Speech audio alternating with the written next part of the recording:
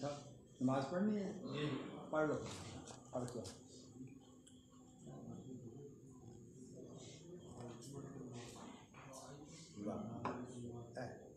کرنے کا جواب بھی مانگا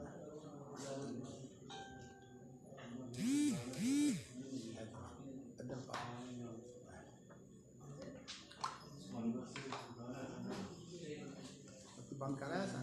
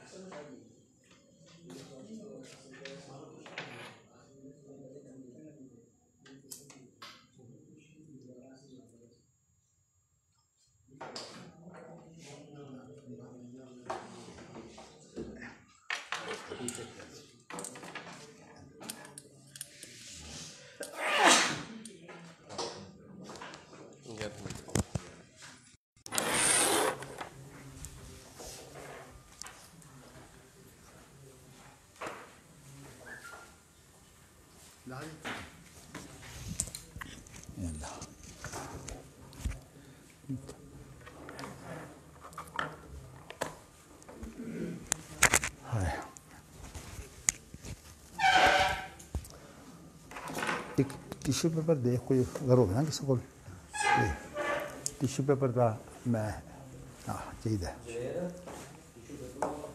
ہاتھ پہنے تھے رہن دو. ٹھیک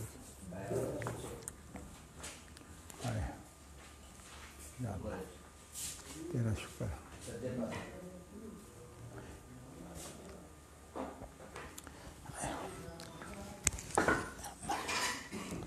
یا اللہ تیرا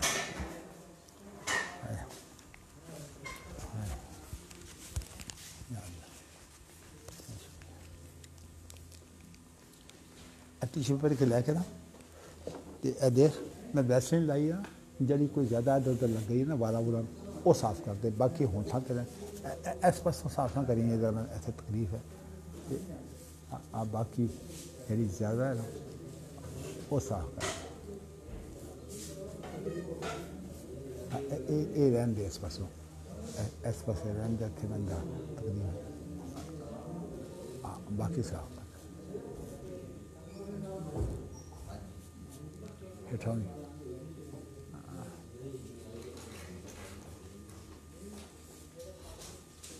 چلو جزاک اللہ باقی چھوڑ دے بس ٹھیک ہے چکر نام بات میں نہیں لوڑ ہوا انشاءاللہ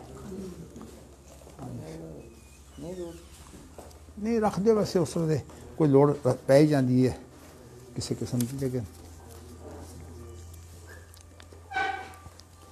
رب اشرح لي صدري ويسر لي امري واحلل عقدة من لساني يفقهوا قولي. رب اشرح لي صدري ويسر لي امري واحلل عقدة من لساني يفقهوا قولي. رب اشرح لي صدري ويسر لي امري واحلل عقدة من لساني يفقهوا قولي واجعل لي وزراء معي. بسم اللہ الرحمن الرحیم.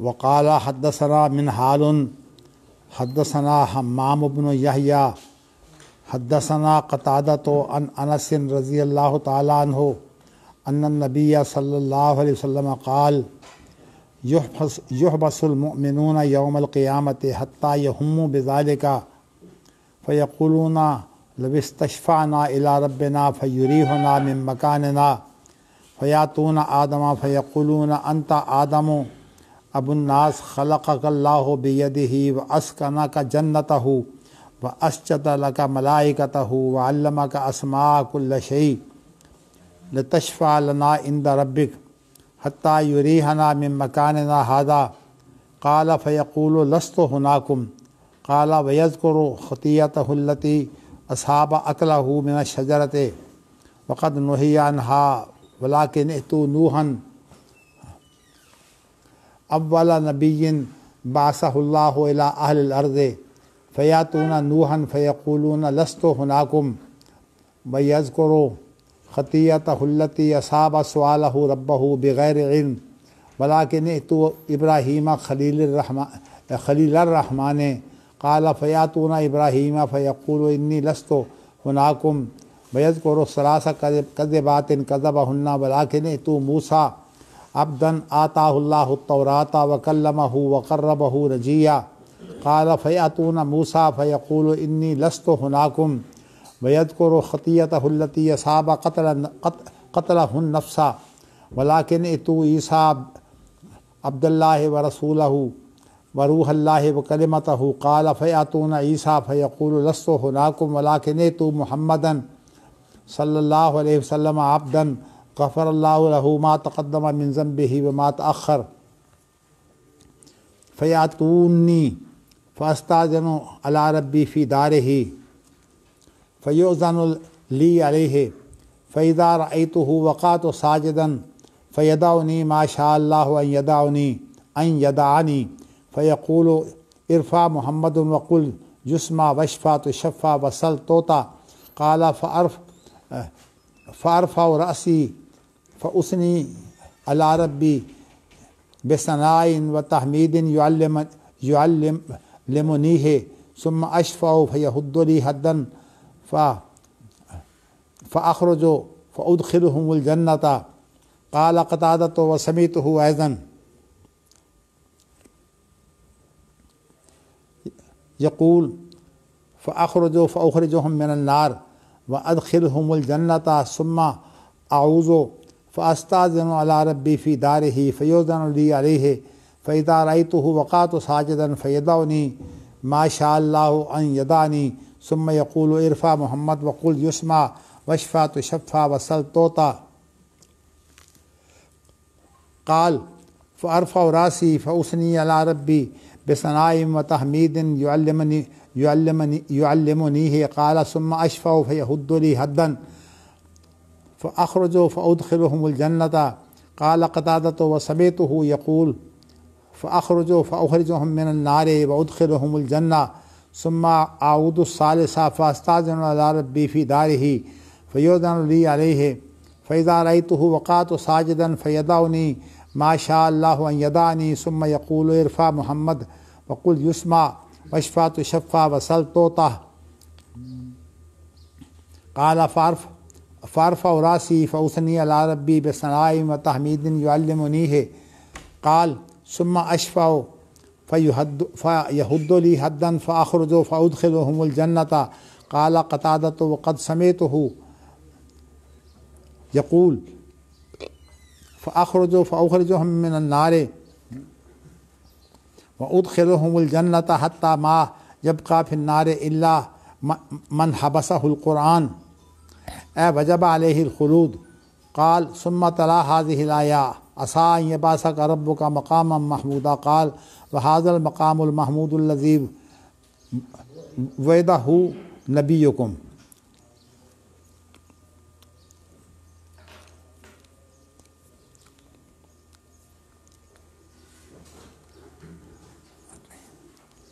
امام بخاری نے یہ جو حدیث آج میں نے لمبی حدیث پڑھی ہے اس کو الگ حدیث کے طور پر بیان نہیں کیا، بلکہ اس کو جو ہے وہ لفظ قالہ سے بیان کر کے پہلی حدیث کے مانوی تائید کے لیے لائے ہیں۔ ایک ہوتی ہے جو مطابقت کی شکل، تو ویسے تو اگر آپ اس کو معلق بنائیں تو وہ شکل بن جاتی ہے مطابقت کی بھی، لیکن ویسے امام بخاری کا زیادہ مقصود جو ہے وہ مانوی تائید ہے۔ تو مانوی تائید کے طور پر امام بخاری ایسی چیزیں بھی لاتے ہیں جن کی روایت نہیں کرتے، لیکن صرف معنی کو تائید پہنچانی ہوتی ہے۔ پہلے بھی اس کی مثال آپ کے سامنے گزر چکی ہے، وہ جہاں لفظ آیا تھا نا قال خالدون، میں نے وہاں یہ توجیہ کی تھی کہ یہ اصل میں وہاں تو خیر متن ہی الگ تھا، الگ متن سے تائید کی تھی، لیکن جو نقطہ ثابت کرنا چاہتا تھا اس حد تک جو تھی نا اس کی تائید موجود تھی۔ اور یہاں تو ویسے تقریباً متن کا تھوڑا بہت فرق ہے، لیکن تفصیلات ایک جیسی ہی ہیں۔ لیکن بعض چیزیں جو ہیں وہ کچھ اضافہ ہو ہی جاتا ہے۔ تو اب یہ روایت جو ہے، پچھلی روایت جو تھی وہ ابو سعید خدری سے تھی، اور یہاں جو ہے وہ حضرت انس کی روایت ہے۔ آپ یوں سمجھیے کہ ایک ابو ہریرہ کی روایت تھی پہلے، پھر اس کے بعد دوسری روایت جو ہے ابو سعید خدری کی آ گئی، اب تیسری جو ہے وہ حضرت انس کی روایت آئی ہے۔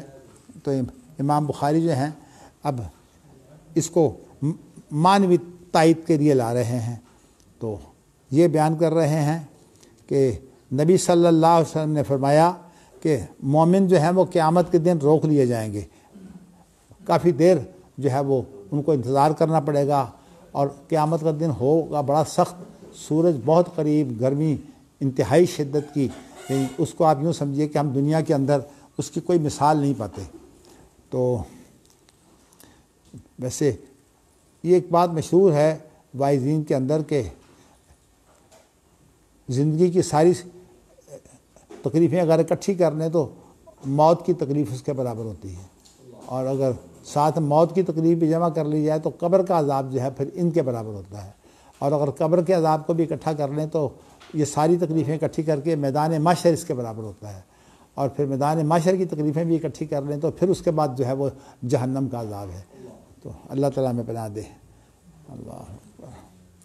چلیے جی، تو اب مسلمان مومن جو ہے جب روک لیے جائیں گے تو کسی اور کو تو نہیں احساس ہوگا، لیکن مومنوں کو چونکہ اس سے پہلے برزخی جو زندگی ہے قبر کی اور اس طرح کے معاملات کے اندر مومنوں کو احساس ہوگا کہ ہمارے ساتھ رحم کیا جائے گا، اس لیے وہ اس پر امید ہوں گے کہ ہمیں جو ہے اب فیصلے میں جو ہے وہ آخری فیصلہ ہمیں سنا دیا جائے گا۔ جیسے ایک شخص کو یہ پتہ ہوتا ہے کہ میرا پرچہ جو ہے وہ شاندار ہو گیا ہے، تو اس کو کافی امید ہوتی ہے کہ میں پاس ہو جاؤں گا، تو اس لیے وہ جلدی نتیجہ سننا چاہتا ہے کہ میری کیا پوزیشن ہے۔ لیکن ویسے سختی کی وجہ سے تو تمام ہی بل بلا رہے ہوں گے، تو حتیٰ یہ ہم بزارے کا، یہاں تک کہ وہ اس کا بہت زیادہ اہتمام کریں گے، یعنی ان کا اہتمام ہو جائے گا، اس کی فکر لگ جائے گی۔ فیقولون، پس وہ کہیں گے کہ کاش کہ کوئی جو ہے وہ ہمارے رب کے پاس کوئی سفارش کرے، اور ہمارا رب جو ہے وہ ہمیں اس حالت سے، اس جگہ کی جو ہماری کیفیت ہے اس سے ہمیں جو ہے وہ راحت دے دے۔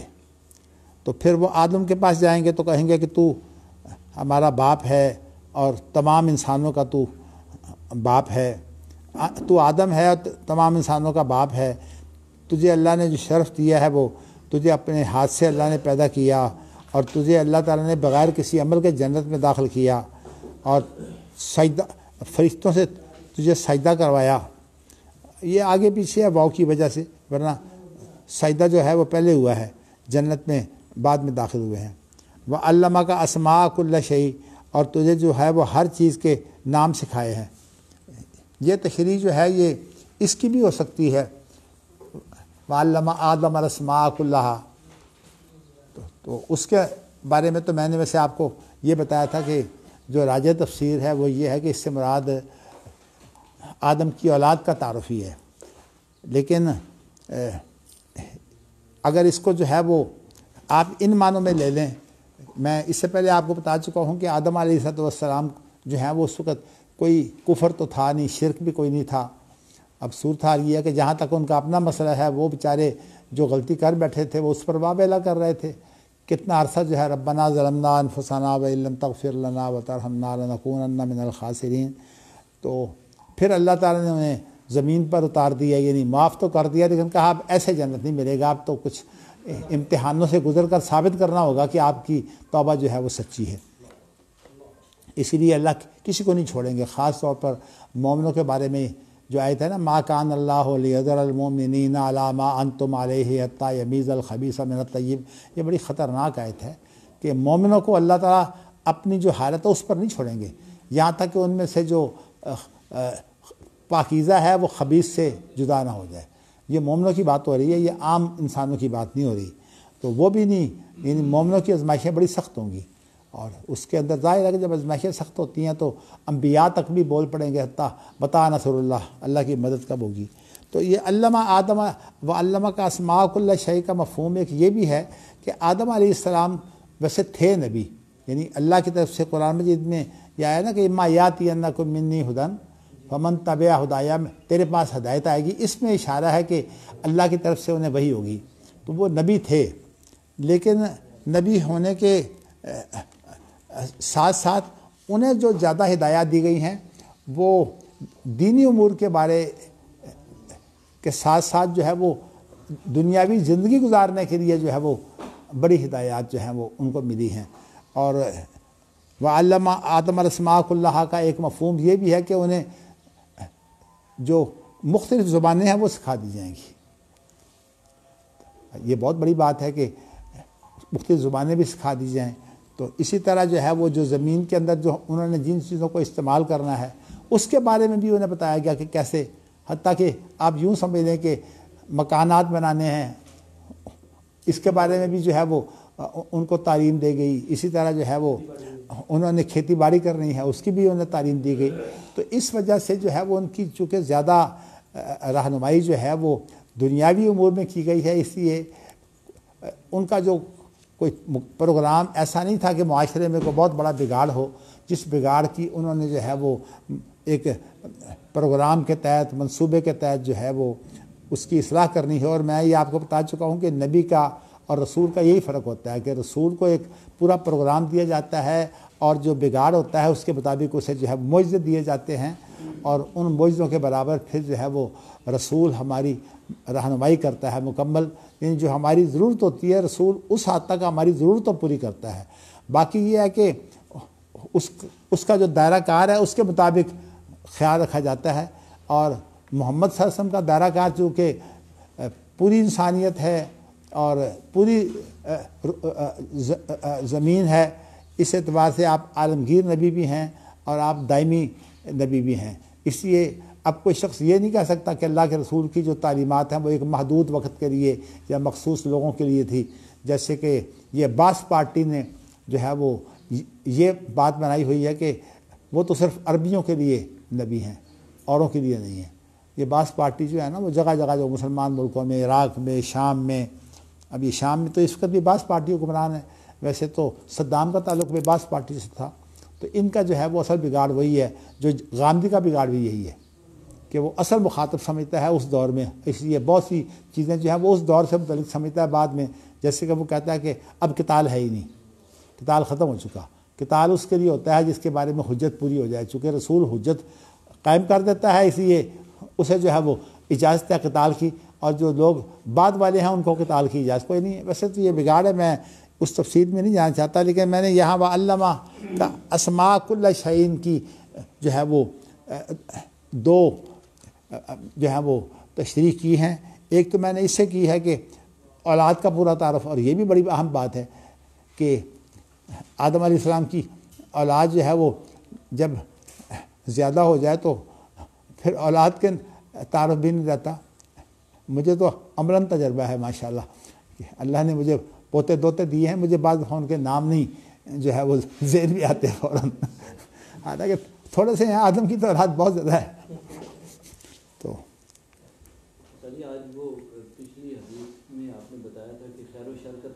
وہ آخر میں وہ اس حدیث میں بیان کروں گا، پچھلی حدیث میں۔ تو خیر آپ نے اچھا دلا دیا، چلیے میں اس کو ذرا چھوڑ کر دو تین چیزیں پچھلی حدیث میں ایسی ہیں میں چاہتا ہوں کہ آپ کے سامنے رکھ دیے جائیں۔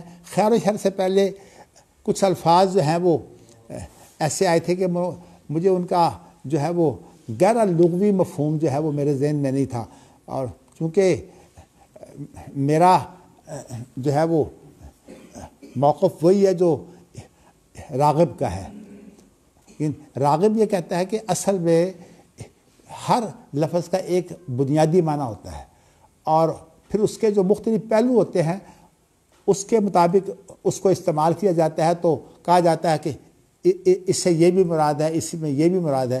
تو اس لیے کسی بھی لفظ کے لیے بنیادی اس بات کی بڑی اہمیت ہے کہ اس کا اصل معنی کیا ہے۔ تو جیسے اب لفظ دین ہے، استعمالات دیکھیے تو اس پر مولانا مودودی نے بھی کتاب لکھی ہے، قرآن کی 4 بنیادی اصطلاحیں، پھر اس کا رد جو ہے وہ مولانا ابوالحسن ندوی نے بھی کیا ہے۔ مطلب یہ کہ اختلاف ہی کیا ہے، لیکن بنیادی بات جو ہے وہ دین کا بنیادی تصور کیا ہے؟ اللہ سے وابستگی۔ انقیاد کا معنی ہوتا ہے کسی کا قیدی بن جانا۔ تو مقصد یہ ہے کہ جب آپ اللہ سے اس سے وابستہ ہو جائیں گے کہ جو اللہ کہے گا آپ اس کا حکم مانیں گے، تو یہ ہے دین۔ اس کے اندر اطاعت بھی آ جاتی ہے، عبادت بھی آ جاتی ہے، بدلہ بھی آ جاتا ہے، اور جو ہے جو ضابطہ قانون بھی آ جاتا ہے۔ ما کان لیا خدا خواہ فی دین الملک، یہاں بادشاہ کے قانون کے معنوں میں ہے کہ جو ملک کا قانون تھا اس کے مطابق یوسف علیہ السلام نہیں لے سکتے تھے۔ تو میں نے آپ کو یہ بتایا، یہی ہے کہ مولانا عبد الرحمن کیلانی صاحب نے مترادفات قرآن میں اس چیز کو اختیار نہیں کیا۔ تو لیکن میرا ذہن یہی ہے کہ امام راغب جو ہیں، چونکہ وہ بہت گہرے ہیں، اس لیے مزاج تو آپ نے دیکھ ہی دیا کہ میرے مزاج میں گہرائی ہے، باقی تو اللہ تعالیٰ نے گہرائی کی بھی ہزاروں قسمیں ہیں، ایک سے ایک بڑھ کر جو ہے وہ گہری سوچ کا حامل ہے، لیکن انسان اپنے مزاج کے مطابق پھر اسی چیز میں شہریت اس لیے رکھا ہے کہ مقصد یہ کہ شہریت ہونے کی وجہ سے پھر ان کو جو ہے وہ دوسروں کے ساتھ کیسے برتاؤ کیا جاتا ہے، کیسے گزارا کیا جاتا ہے، یہ بات جو ہے۔ خاندان میں آپ کو پتہ ہے کہ انسان سوچتا ہے کوئی نہیں، خاندان میرا موجود ہے، اس خاندان کی وجہ سے اگر کوئی الجھن پیدا ہو جاتی ہے تو خاندان درمیان میں آ کر صلح بھی کروا دیتا ہے۔ تو اس طرح کی جو صورتیں ہیں، اس لیے تمدن کے اندر بنیادی چیز جو ہے وہ مدنیت ہے، بلکہ کتابوں کے اوپر بعض دفعہ اس کو جو ہمارے خاص طور پر ایف اے تک کے کورس ہیں اس کے اندر مدنیت میں پڑھاتے ہیں، جس کو سوکس بھی کہا جاتا ہے، اور جب یہی مضمون جو ہے وہ چلا جاتا ہے گریجویشن میں بی اے میں، تو اس کو پھر عمرانیات اور سوشیالوجی اور معاشرت، یہ سارے نام پھر اسے دیے جاتے ہیں۔ پھر اس کی بھی الگ تقسیم ہے، اس میں ایک سیاست ہوتی ہے، ایک سماج ہوتا ہے۔ کل میں ایک بات بیان کر رہا تھا، وہ میرے خیال میں خود ہی بھول گیا اس کو مکمل کرنا۔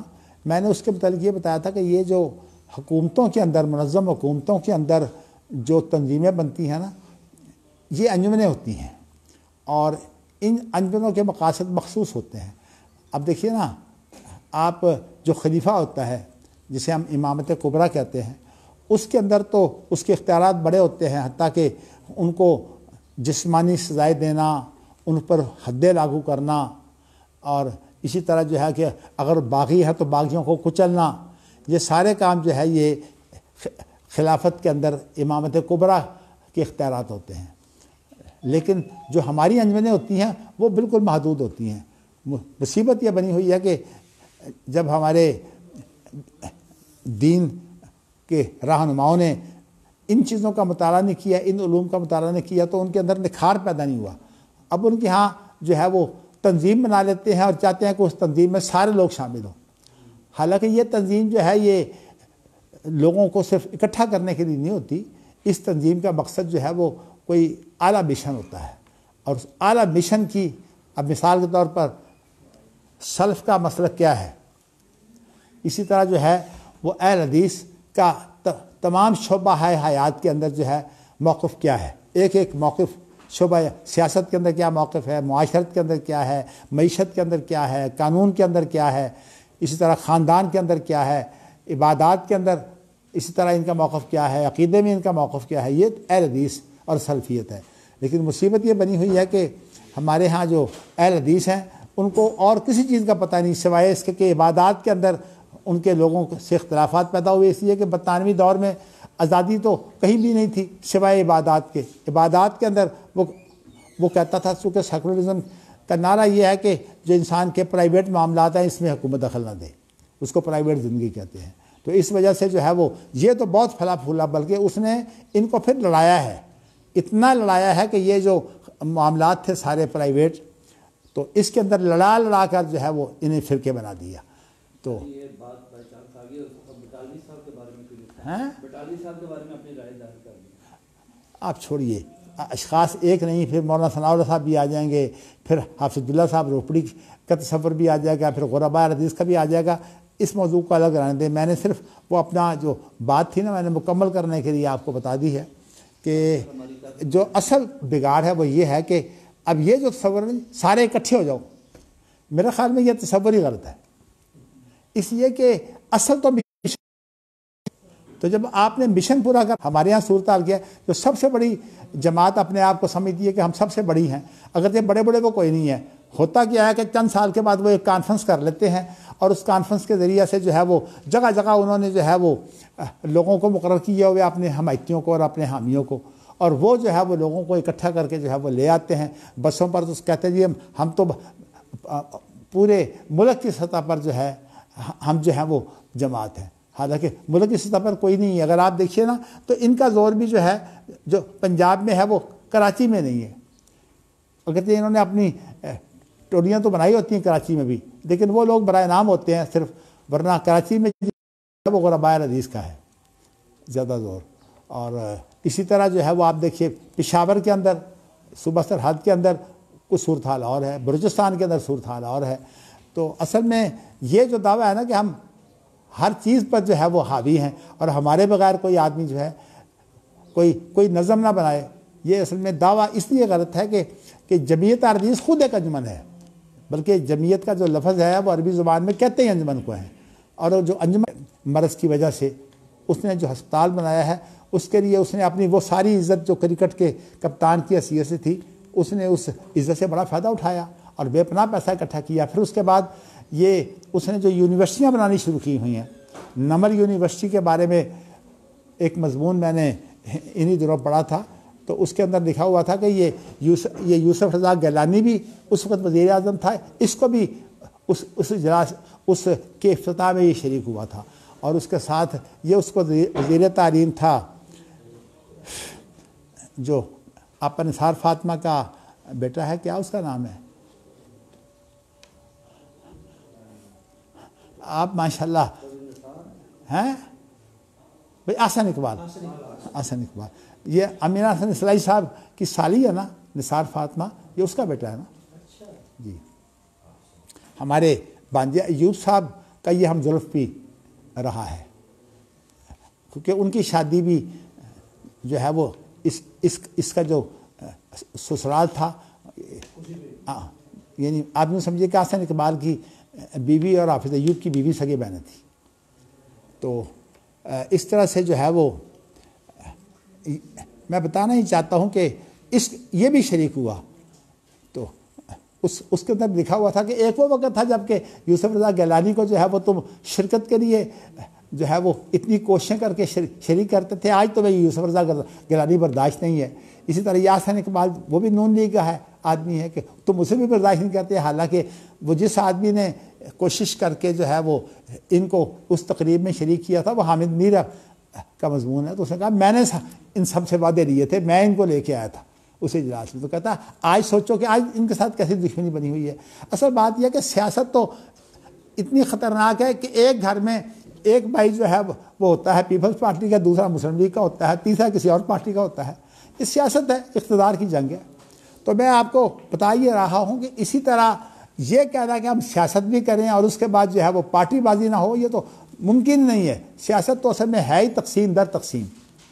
بہت کم خاندان ہیں جن کے اندر جو ہے وہ اتفاق ہوتا ہے، ویسے اللہ تعالیٰ نظر بد سے بچا کے رکھے۔ یہ ان کا واقعی اتفاق جو ہے یہ چودھری پرویز الہی کا اور شجاعت حسین کا یہ واقعی ایک مثالی ہے، لیکن پہلے یہ نواز شریف کا بھی بڑا مثالی تھا، لیکن ان کے باپ نے جب شریف نے اپنے بھتیجوں کو جو ہے وہ نکال دیا کاروبار سے، پھر ان کی آپس میں دشمنیاں بن گئیں۔ پھر اس کے بعد دشمنیاں بنتے بنتے نواز شریف شہباز شریف کی بھی آپس میں مخالفت چلنے لگی، اس لیے کہ جانشینوں کا پھر جھگڑا ہے۔ وہ ایک طرف نواز شریف کی جو بیٹی ہے وہ اس کا سب سے بڑی خوبی یہ ہے کہ وہ بہت ہی منہ پھٹ ہے، جو گالی نکلوانی ہے اس سے نکلوا لو۔ میں کہتا ہوں کہ وہ منہ پھٹ یہاں تو ہے، خامد کے ساتھ کیسے گزارا کرتی ہوگی؟ ہاں جی، کون؟ بس فوجی ہے لیکن ہے گیدڑ، یہ آپ کو بتاؤں۔ اور آپ کو یہ بھی بتاؤں کہ وہ تھا اس کا وہ جو ہوتا ہے وزیر اعظم کے ساتھ خاص آدمی، وہ معاشقے میں اس کو بگا کے دے گیا تھا۔ یہ صفدر جو ہے اس کی شادی معاشقے کی ہے، اور اس کی یہی مریم کو بگا کے دے گیا تھا۔ نہیں یہ وہ ہوتے گدڑ ہی ہیں جو بھگا کے لے جاتے ہیں. آپ کو بتاؤں آپ نے تو خیر ایسے حالات, مجھے تو اللہ تعالیٰ نے سارے قسم کے حالات جو ہے وہ میرے سامنے پیش آئے ہیں. ہمیں پتہ ہے کہ یہ جو بھاگتے ہیں وہ کیا ہوتی ہیں.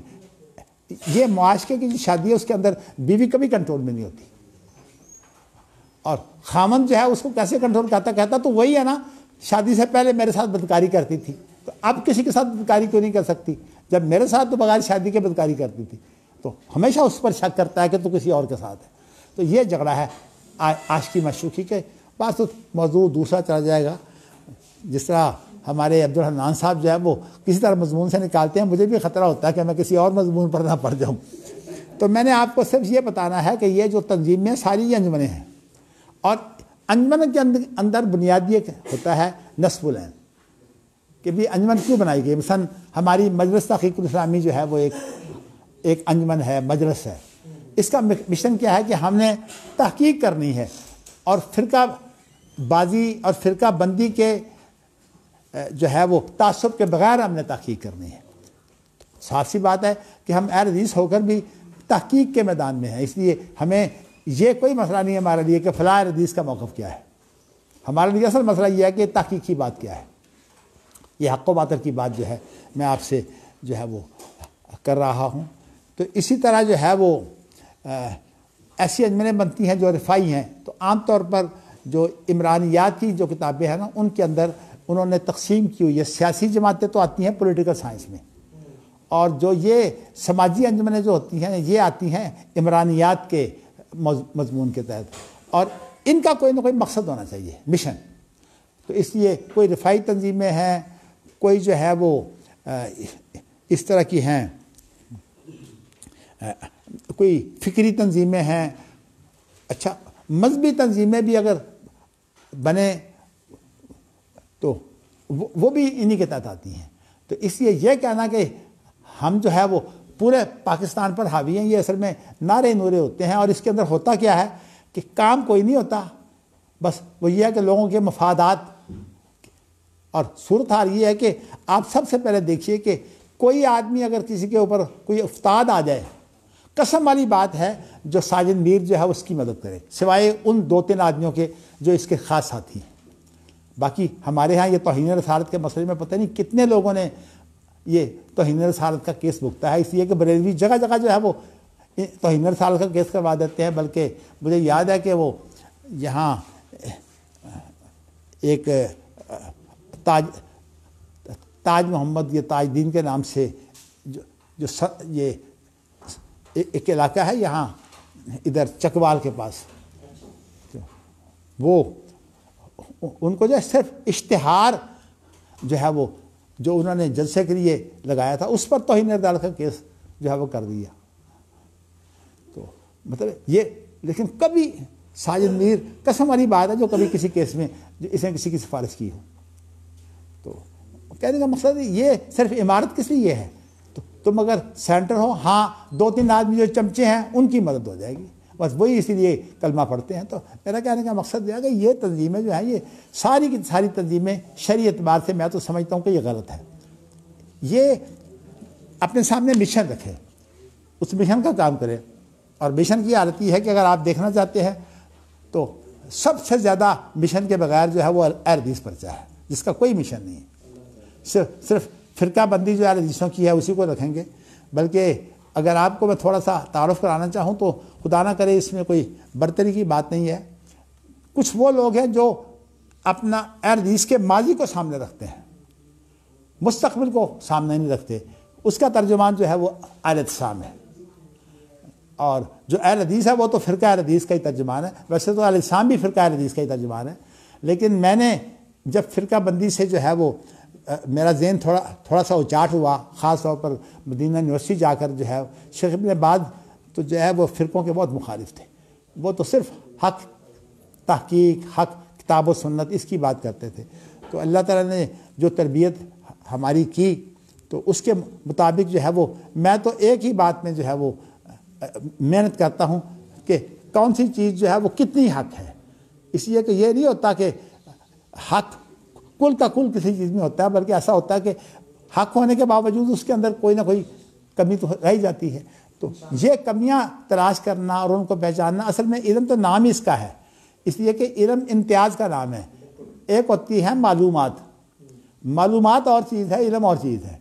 معلومات ہوتی ہیں جس کو کہتے ہیں وسعت مطالعہ، اور جو علم ہوتا ہے اس کے اندر ہوتا ہے حق و باطل کی پہچان، خیر و شر کی پہچان۔ تو اسی لیے ایک بڑی بات مشہور ہے، آپ نے پتہ نہیں سنی ہے کہ نہیں، لیکن ویسے ہوتا یہ ہے کہ ہماری یونیورسٹیوں میں پروفیسر جو ہے نا، ان کے اندر شاید ہی کوئی پروفیسر ہو جس کا تحقیق کا ذوق ہو، ورنہ ان کا کام کیا ہے، ادھر کا حوالہ ادھر کا حوالہ اکٹھا کر کے جو ہے وہ حوالے پڑھ لیتے ہیں۔ میں نے جو ہے وہ اس موضوع پر، جو قراتوں کا موضوع ہے، میں کچھ دنوں سے اس پر لگا ہوا ہوں، ہمارے مصطفیٰ صاحب بھی لگے ہوئے ہیں، تو میں نے صبح صبح جو ہے وہ اصغر صاحب سے کہا کہ مجھے وہ کتاب نکال دیں جو ایک پروفیسر حافظ عبدالقیوم کی جو ہے وہ جمع تدوین قرآن پر، اس لیے کہ خزیمہ اور ابو خزیمہ کا مسئلہ جو ہے یہ بڑا اہم ہے۔ میں تو چونکہ جب تحقیق میرے سامنے آ جاتی ہے مجھے چین نہیں آتا، صبح کی نماز کے بعد جو ہے میں بعض دفعہ لیٹا ہوں، لیکن آج میں نہیں سویا، انہوں نے مجھے نکال دی وہ چیز، میں پھر اس کو پڑھتا رہا۔ بڑی جو ہے وہ مجھے دکھ ہوا کہ علماء کے حوالے دے دے کر الجھ الجھ کر اس مسئلے کو حل نہیں کیا کہ بھئی یہ جو مسئلہ ہے کہ حضرت اس جو ہے ابو بکر صدیقی دور میں جو جمع قرآن تھا اس کا فرق، اور جو اس طرح جو ہے وہ جو حضرت عثمان کا جمع قرآن ہے اس کا فرق کیا تھا، اس کو نہیں حل کیا۔ نہ صحف کا مسئلہ، کہ عام طور پر صدیقی دور میں جو قرآن مجید آیا اس کو صحف کہتے ہیں، اور جو حضرت عثمان نے جمع کیا اس کو مصحف کہتے ہیں، تو اس کو حل نہیں کیا اور مسئلوں میں پڑ گیا۔ تو میں پھر اتفاق سے میری بات ہو گئی طاہر اسلام سے، میں نے اسے کہا کہ بات یہ ہے کہ آپ یوں سمجھیے کہ پروفیسروں کو جو ہے وہ تحقیق نہیں آتی، بس ان کا ایک ہی کام ہے اس کتاب کا حوالہ، اس کتاب حالانکہ اس کتاب میں وہ چیز ہوتی نہیں، اس کتاب میں وہ چیز نہیں ہوتی، حوالے بھر دیتے ہیں، بس یہی تحقیق ہے۔ اور اصل میں یہ طریقہ کار جو ہے نا، یہ اصل میں سائنس کے لیے تو کامیاب ہے، اس لیے کہ سائنس کے اندر جو چیزیں ایک دفعہ ثابت ہو چکی ہیں، تحقیق کا کام یہ ہے کہ ان ثابت شدہ چیزوں کو جو ہے وہ ملا کر ایک نتیجہ نکالا جائے۔ لیکن ہماری جو ہے شریعت، اس کے اندر تحقیق کا یہ تصور نہیں، اس کے اندر تو یہ ہے کہ کتاب و سنت جو ہے وہ معیار حق ہے، اور اس کے بعد جتنے بھی علماء ہیں وہ تمام کے تمام جو ہے وہ اجتہادات کرتے ہیں، اور اجتہاد کے اندر کسی اجتہاد کو اگر ترجیح ہو سکتی ہے تو کتاب و سنت کی تائید کے ساتھ، تو اس لیے اس کے اندر جتنے مرضی اجتہادات آپ کر لیں، کتاب و سنت کی تائید نہ ہو تو کچھ بھی نہیں ہے۔ تو اس لیے یہ جو بات ہے یہ، لیکن دینی مدارس کے اندر اب مصیبت یہ بنی ہوئی ہے کہ ان کے ہاں تحقیق اس لیے نہیں ہو سکتی کہ ان کا جو لیول ہے وہ بہت چھوٹا ہوتا ہے، یہ ابھی تقلید کے لیول میں ہوتے ہیں۔ اپنے امتیازی مسائل بھی ہمارے طلبہ کو نہیں پتہ ہوتا کہ امتیازی مسائل کی، حالانکہ امتیازی مسائل تو فرقہ وارانہ ہے، اگر فرقہ وارانہ ذہن ہو تو امتیازی مسائل کی معافی تو ہونی چاہیے۔ ہمارے یہاں بڑے بڑے عالم وہ ہیں جن کو امتیازی مسائل کے اندر کوئی نہ کوئی موقف ہے، ان کو ہم کہتے ہیں کہ بس شیخ العرب والعجم بھی وہی ہوتے ہیں، اور اسی طرح جو ہے وہ بڑی بڑی ان کی تعریفیں کر کے، حالانکہ ان کا صرف تعلق ہوتا ہے ان مسائل سے جو فرقہ وارانہ مسائل ہیں، یا کم از کم جو ماضی میں مسائل گزر چکے ہیں۔ تو میرا جو ذوق تھا وہ ابتدا میں یہ تھا کہ میں نے تحقیق کرنی ہے، اس لیے میں نے اس کا نام جب رکھا ہے تو میں ثناء اللہ اور مولانا عبدالسلام کرانی رحمہ اللہ، ہم سب نے مل کر اس کا نام رکھا تھا۔ میں نے کہا تھا کہ اس میں ایک آدمی کی تحقیق جو ہے ہونے کی بجائے ہم جو تحقیقات یہاں ہوں گی اس کے اوپر آپس میں بیٹھ کر پھر ہم مذاکرہ کیا کریں گے، تبادلہ خیال کر کے پھر ہم تحقیق کو شائع کیا کریں گے۔ اب میرا تو اللہ کا شکر ہے مزاج ابھی تک وہی ہے، تو باقی الحمدللہ ایک سے ایک بڑھ کر ہوتا ہے۔ میں یہ تو نہیں کہتا میرے ساتھی جو ہے اللہ کا شکر ہے مجھ سے بڑھ کر ہی تھے، تو لیکن پھر بھی اللہ تعالیٰ نے ہر ایک کو جو چیز دی ہوتی ہے وہ دوسرے کے پاس نہیں ہوتی۔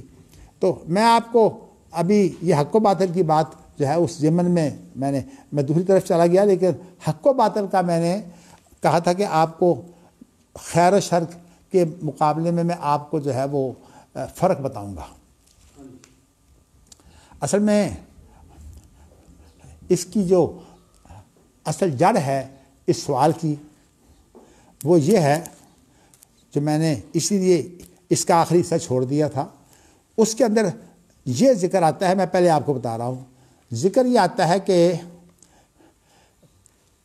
نبی اکرم صلی اللہ علیہ وسلم سفارش کا دروازہ کھولیں گے, اور سفارش کا دروازہ کھولنے کے بعد پھر جو ہے وہ تمام سفارش کرنے والے جو ہیں ان کے لیے دروازے کھل جائیں گے, اور پھر جو ہے فرشتوں کی سفارشیں, انسانوں کی سفارشیں, اور حتیٰ کہ آپس میں جو ہے رشتہ داری تو خیر رہ نہیں جائے گی. الاخلاء یومئذ بعضهم لبعض عدو الا المتقین, متقیوں کے علاوہ کوئی آپس میں تعلق باقی نہیں رہ جائے گا, سب دشمن بن جائیں گے.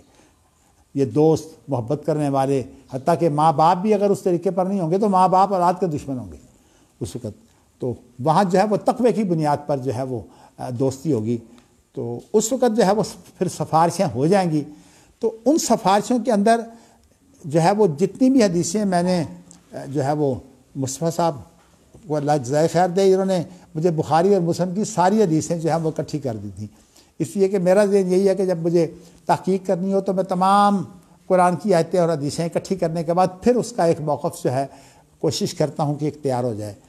تو یہ جو میں بات آپ کو بتا رہا ہوں یہ تمام حدیثوں کو سامنے رکھ کر ہے, لیکن فی الحال آپ کے سامنے وہ حدیث ہے جس کے اندر اتقاء الرحمن کا ذکر ہے. تو اب سوال یہ پیدا ہوتا ہے کہ لا الہ الا اللہ پڑھنے والے تو توحید والے جتنے ہیں ان کی تو سفارشوں سے نجات ہو جائے گی. جہنم نجات اس طرح نہیں ہوگی, جہنم کے اندر مزے چکھ کر جو ہے وہاں سے پھر ان کو نکالا جائے گا. اور اس کے بعد آپ پڑھ چکے ہیں کہ وہ پھر دوبارہ کیسے جو ہے وہ ان کو ٹھیک کیا جائے گا, اس کو دہرانے کی ضرورت نہیں ہے. اصل مسئلہ یہ ہے کہ اللہ رب العالمین یہ کہیں گے کہ تم نے اب سفارشیں کرنی ہیں, اب ارحم الراحمین کو دیکھو.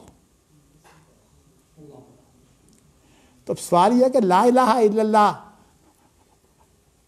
پڑھنے والے جنہوں نے لا الہ الا اللہ پڑھا ہوا ہے ان کو بھی اگر جہنم سے آخر میں نجات مل جائے گی تو یہ پھر اتقاء الرحمن کون ہے جو ارحم الراحمین نے کہا ہے کہ اب میرا کام جو ہے وہ دیکھو.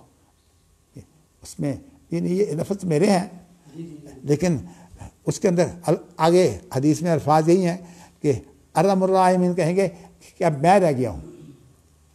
تو اللہ تعالیٰ جو ہے وہ ایک مٹھی جو ہے وہ ڈالیں گے, اور آپ جانتے ہیں کہ اللہ کی مٹھی تو وہ ہے جس میں آسمان زمین آ جاتے ہیں. اس میں اب اللہ کی مٹھی میں آئیں گے وہی لوگ. اس کے متعلق جو ہے وہ الفاظ جو حدیث کے ہیں, یہی جو حدیث ہم نے کل پڑھی تھی کہ ہؤلاء اتقاء الرحمن ادخلہم الجنۃ بغیر عمل عملوہ ولا خیر قدموہ. یہ جو دو الفاظ ہیں نا, یہ میں نے اصل میں آپ کو ان کی وضاحت کرنی ہے کہ وہ لوگ ہوں گے جنہوں نے کوئی عمل نہیں کیا, نیک عمل, اور نہ کوئی انہوں نے ایسی بھلائی کی ہے جو اللہ کے پاس آگے پہنچے. اب جہاں سے اب بات یہ چلتی ہے کہ لا الہ الا اللہ تو حق و باطل کی بات ہے, تو دینی مسائل جو ہیں وہ تو حق و باطل کی بات ہے, لیکن دینی مسائل کے ساتھ ایک بہت بڑا باب ہے خیر کا.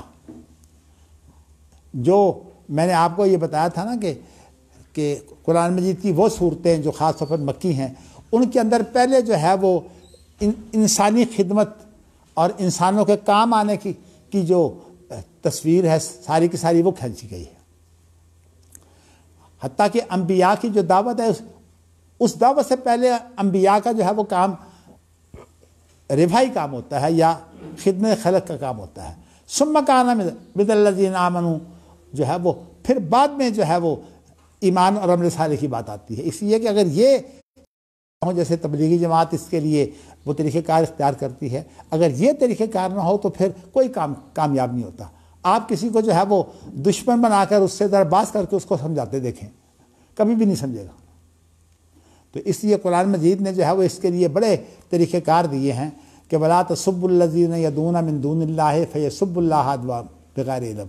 جو کسی کے محترم ہوں ان کو کبھی برا بلا نہیں کہنا چاہیے. مثال طور پر ہمارے ہاں جو ہے وہ اب اس لیے کہ یہ جو وہاں دو الگ الگ ذہن بنے ہیں، ایک عبد القادر اودا اور یہ جو مکہ مکرمہ میں جن نے عقیدے پر بڑا کام کیا ہے، نام مجھے بھول جاتے ہیں، تو یہ ایک گروہ جو ہے ان کو اصل میں کہتے ہیں سلفی اخوانی۔ اخوانی ان معنوں میں لیتے ہیں کہ ان کے ہاں جو ہے وہ موقف پکا نہیں ہے، عقیدے میں تو یہ لوگ سلفی ہیں، لیکن دیگر معاملات میں ان لوگوں کی سوچ جو ہے وہ زیادہ جو ہے وہ ذرا وسعت رکھتی ہے۔ تو اب آپ کو یہ پتہ ہے کہ یہ عبد القادر اودا کے بارے میں جو اٹارنی جنرل ہے سعودی عرب کا، اس نے کہا کہ اس کو پھانسی کی سزا ملنی چاہیے۔ ویسے وہ قید ہے۔ دین کے پھیلاؤ کے لیے بڑا ضروری ہے کہ آپ سب سے پہلے جو ہے وہ انسانی خدمت کا کام کریں، اور دوسرا دین کا تصور میرا یہ بنا کہ اصل میں کسی انسان کو جو ہے وہ بہتر سے بہتر بنانے کے لیے دین آیا ہے۔ تو یہی میں نے آپ کو شاید بتایا تھا کہ میں نے برطانوی کونسل کے سامنے جب یہ بات کہی تو وہ حیران رہ گیا۔ میں نے کہا یہ تو انسان کو اعلیٰ سے اعلیٰ بنانے کے لیے مذہب کا تصور کیا، کہتا ہے یہ میں نے آج تک یہ بات سنی نہیں۔ خیر اس نے اس کو پسند کیا۔ تو میں یہ بتانا ہی چاہتا ہوں کہ یہ جو عام طور پر دینداروں میں فرقہ وارانہ آپس میں تعصبات ہوتے ہیں نا، تو اس کی وجہ سے عام طور پر جو ہے وہ بڑی نفرت پیدا ہوتی ہے۔ تو اس سے بڑا فائدہ اٹھاتا ہے خاص طور پر جو سپر قوتیں ان کو تقسیم کر کے ان کو آپس میں لڑاتی ہیں۔ تو اس بنا پر جو ہے وہ میرا یہ ذہن ہے کہ دین کا تصور اگر مضبوط ہو تو یہ فرقہ وارانہ جو ہے فرقہ واریت پیدا نہیں ہوتی۔ تو اس اعتبار سے میں الحمدللہ حق و باطل کے سلسلے میں وضاحت تو پوری کرتا ہوں، لیکن آپ کو یہ بتاؤں کہ میرا ویسے معاشی رویہ یہ نہیں ہے۔ جب معاشرت میں ہم اکٹھے ہوتے ہیں تو عام طور پر میرا موقف یہ ہوتا ہے کہ جو ہمارے مشترکات ہیں جن پر ہم اکٹھے ہیں ان کو جو ہے وہ ہم بنیاد بنا کر اس کو آگے بڑھائیں۔ تو مجھے کام کرنے کا موقع ملا ہے شریعت بل کے اوپر کافی، تو اس وقت میرا انداز یہی تھا، اور اسی لیے جو ہے وہ مختلف فرقوں کے اندر مجھے بڑا پسند کیا جاتا ہے کہ دیکھو مدنی صاحب میں تعصب نہیں ہے، لیکن میرے ساتھ جو کچھ ہوتا ہے نا، وہ جو کچھ میرے ساتھ کرتے ہیں وہ بھی مجھے پتہ ہے کہ وہ کتنا تعصب میرا۔ اس کے باوجود کہ میں تو دوسروں کا دھیان رکھتا ہوں، لیکن وہ مجھے کبھی معاف نہیں کرتے کہ یہ اہل حدیث ہے۔ حتیٰ کہ ایک ایسا اتفاق ہوا کہ مولانا ہم نے ایک کونسل بنائی تھوڑی سی کام کرنے کے لیے۔ مولانا عبدالغفار حسن صاحب میرے پاس 3 دن ٹھہرے اور ان کی کوشش سے ہم نے بنا لی۔ تو کونسل ہم نے بنائی تو ہم نے اس کے اندر جو ہے تمام گروہوں کو شامل کر کے جو ہے وہ ہم نے کونسل بنا لی۔ تو اس کے اندر جب ہم نے کونسل بنائی تو کہنے لگے بھی کونسل تو آپ نے بنا لی، کہتے ہیں انتخاب کرو۔ میں اس کے مخالف ہوں، یہ صدر اور سیکرٹری جنرل۔ میں نے کہا کہ یہ جو انتخاب ہوتا ہے نا، میرا تجربہ یہ ہے کہ پھر یہی لوگ رہ جاتے ہیں، باقی سب جو ہیں وہ بیٹھ جاتے ہیں گھروں میں۔ تو اس لیے انتخاب نہیں کرنا ہم نے، بس کام کرو۔ تو پھر وہ ڈاکٹر امین بھی اس میں تھے، ریاض الحسن نوری بھی تھے۔ تو ڈاکٹر امین کہتے ہیں بھی ایک کم از کم ایسا دفتر تو ہونا چاہیے نا جہاں ہم رابطہ کر سکیں۔ تو ظاہر ہے چونکہ اجلاس میں نے بلایا تھا، سارے لوگوں کو میں نے اکٹھا کیا تھا، تو انہوں نے کہا جی ٹھیک ہے مدنی صاحب جو ہے وہ رابطہ سیکرٹری کے طور پر کام کر لیں، یعنی جس نے رابطہ کرنا وہ ان سے کہیں۔ لیکن میں کوئی جنرل سیکرٹری نہیں تھا، وہ رابطہ سیکرٹری تھا، لیکن ناظم دفتر آپ سمجھیے۔ اب یہ ہے کہ مولانا عبدالغفار حسن چونکہ بزرگ تھے، نام تو ان کا بھی نہیں آیا۔ اچھا اب ہوا یہ کہ اس کے بعد جو ہے وہ ڈاکٹر امین نے پراپیگنڈا شروع کر دیا۔ پراپیگنڈا یہ شروع کر دیا کہ یہ جو کونسل بنی ہے اس کا نام تھا ملی کونسل۔ پراپیگنڈا یہ شروع کر دیا کہ دیکھو جی صدر بھی اہل حدیث اور جنرل سیکرٹری بھی اہل حدیث۔ حالانکہ میں نہ جنرل سیکرٹری تھا وہ صدر، لیکن وہ بزرگ صدر تھے، اس لیے کہا کہ وہ بھی ہے۔ اس طرح سے وہ تنظیم جو ہے وہ ناکام ہوئی۔ یہ ڈاکٹر محمد امین بڑا اپنی طرف سے صلح کن بنتا ہے، لیکن اندر سے میں نے دیکھا کہ اہل حدیث کو کوئی معاف نہیں کرتا۔ مثالیں میرے ساتھ یہ بہت ہیں، میں نے اگر آپ کو اس لیے مثال دے دی ہے کہ آج کل وہی ڈاکٹر محمد امین نے ایک دھاندلی کی ہوئی ہے، وہ یہ ہے کہ ایک شرعی ملی کونسل بنائی ہوئی ہے، اور اس کا جو ہے وہ جنرل سیکرٹری خود بن بیٹھا، حالانکہ وہ رابطہ سیکرٹری تھا۔ تو وہ جنرل سیکرٹری اس نے ایک اجلاس کے اندر جو ہے نہ مجھے اطلاع دی نہ حسن کو، ہم دونوں اس میں شامل تھے، بلکہ حسن اس کو اس دن ملا یونیورسٹی کے اندر، اتفاق سے پنجاب یونیورسٹی میں آیا ہوا تھا، اس کو بتایا ہی نہیں آج اجلاس ہے، اور اس اجلاس کے اندر جو ہے وہ اپنا نام جو ہے وہ جنرل سیکرٹری رکھ لیا۔ اب وہ پورا چھایا ہوا ہے جنرل سیکرٹری کے طور پر۔ مطلب لوگ تو اس طرح کرتے ہیں، جب سیاست آئی تو پھر دھوکے شروع ہو جاتے ہیں۔ تو میں نے آپ کو بتایا ہے کہ یہ تنظیمیں جو ہیں ساری یہ سیاست بازی ہے اور یہ دھوکے بازی ہے۔ میں تو سمجھتا ہوں کہ کوئی اگر بات ہو سکتی ہے تو تحقیقی ہو سکتی ہے، لیکن تحقیق بھی جو ہے اس کے لیے طریقہ کار یہ ہے کہ آپ ماحول کو دیکھ کر جو ہے علمی ماحول ہو تو تحقیقی بات کریں، اور اگر علمی ماحول نہیں ہے تو لوگوں میں پھوٹ نہ ڈالیں۔ اس وقت جو ہے وہ ان چیزوں کو ڈھونڈیں جو اکٹھی ہیں۔ مثال طور پر نماز کا مسئلہ ہے، آپ یہ بتائیے کہ پوری امت کے اندر ان کو شیطانوں کو چھوڑ دیں، یہ جو منکر حدیث ہیں، پوری امت کے اندر جو ہے وہ کبھی اس میں اختلاف ہوا ہے کہ پہلے قیام ہے، پھر رکوع ہے، پھر قومہ ہے، پھر سجدہ ہے، اس کے بعد بین السجدتین ہے، پھر سجدہ ہے، اور اس کے بعد تشہد ہے؟ کسی کا کوئی اختلاف ہے؟ ساروں کا اتفاق ہے۔ جھگڑے کس پر ہوتے ہیں کہ رفع دین 3 دفعہ کرنا ہے؟ بھئی یہ تو جزوی باتیں ہیں، جو بنیادی بات ہے اس میں تو پوری امت ایک ہے۔ تو بات بالکل وہی ہے۔ میں بلکہ اس کی مثال دیا کرتا ہوں کہ یہ سڑک پر جا رہے ہیں، کوئی سائیکل پر جا رہا ہے، کوئی موٹر سائیکل پر جا رہا ہے، کوئی کار میں جا رہا ہے۔ اب سب کا مقصد جو ہے وہ ایک ہی ہے کہ ہر ایک نے اپنی ایک خاص جگہ پر پہنچنا ہے، کوئی آپس میں لڑتا نہیں۔ وہ نہیں کہتا کہ تو سائیکل پر کیوں جا رہا ہے، وہ نہیں کہتا کہ تو جو ہے وہ موٹر سائیکل پر کیوں جا رہا ہے، تو کار میں کیوں جا رہا ہے۔ ہم سب کا مقصد ایک ہے۔ کھانے پر بھی صورت آ رہی ہے، کوئی یہ نہیں کہتا کہ پہلے تو یہ کھا، پہلے تو یہ کھا۔ جو کسی کا دل چاہتا ہے وہ پہلے کھا لیتا ہے۔ اب دیکھیے ہم وہاں نہیں لڑتے، مذہب کی یہ بات آتی ہے تو ہم جو مشترکہ مسائل ہیں ان کو ہم اہمیت ہی نہیں دیتے۔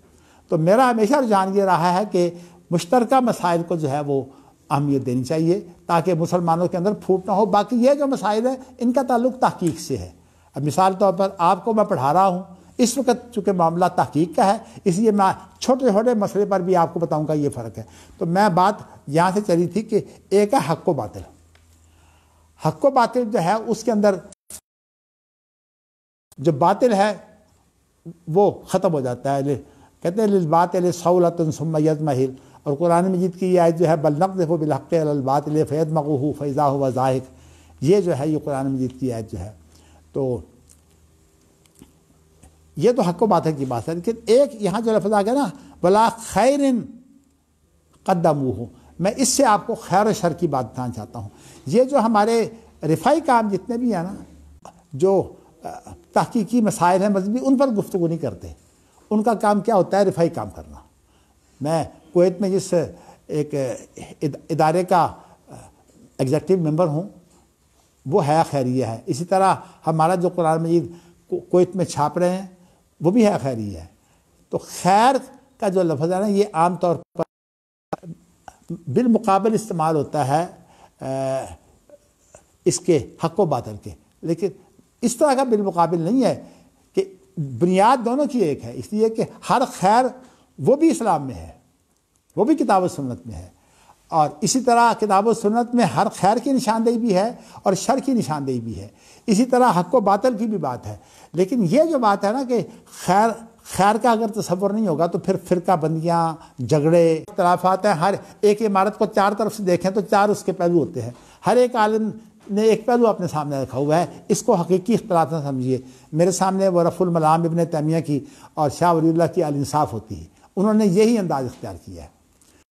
کہنے کا مقصد یہ ہے کہ یہ نہیں ہم کہہ سکتے کہ کوئی شخص ورنہ مغالطہ ہو سکتا ہے کہ خیر و شر سے کتاب و سنت کے بغیر کوئی چیز ہے۔ کتاب و سنت کے اندر جیسے میں نے آپ کو قرآن مجید کی صورتیں بتائی ہیں، وہ ایک صورت میں نے آپ کے سامنے ذکر کی ہے، ورنہ 20 صورتوں میں یہ چیزیں موجود ہیں۔ تو یہ جو ہے اسی لیے ہم کہتے ہیں کہ حق و باطل تو واضح ہونا چاہیے، لیکن جو خیر و شر ہے اس کے بارے میں جو ہے وہ مسرت دیکھ کر جو ہے وہ دعوت کے میدان میں مسرت کی بڑی اہمیت ہے۔ تو اس لیے نبی اکرم صلی اللہ علیہ وسلم جب اس طرح کے کام ہوتے تو ان کے اندر مسرت کو اہمیت دیتے۔ جیسے آپ نے دیکھیے کہ یہ دیکھا کہ اس وقت یہ نئے نئے جائیں تو آپ نے کعبہ مکمل نہیں کیا کعبہ کو، اس کی وجہ یہ تھی کہ ابھی نئے نئے مسلمان ہیں۔ تو کہنے کا مقصد یہ ہے کہ یہ خیر و شر کا جو تصور ہے اس کا اب عام طور پر استعمال ہوتا ہے رفائی کاموں میں. تو لیکن ہماری سیاست ایسی ہے خیر کے مقابلے میں، میں ویسے شر محض تو نہیں کہتا، اس لیے کہ اللہ تعالیٰ نے